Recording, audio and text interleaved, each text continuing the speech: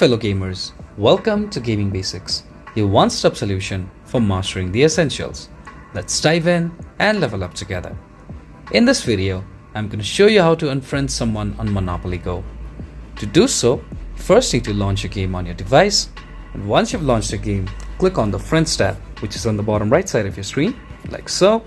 And now click on Leaderboard, and now go to Friends. So here are all my friends on Monopoly Go.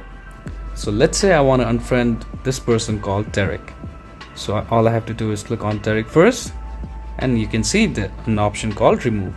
Click on it, and it says, do you want to remove this person as a friend? Click on Remove, and the person will be removed from your friends list. If you found this video helpful, please give us a thumbs up. And if you have any questions for us, please feel free to mention us in the comment section down below. Also, don't forget to hit that subscribe button and ring the notification bell so you never miss out on our latest guides and tutorials. This has been your host Ace. Happy gaming!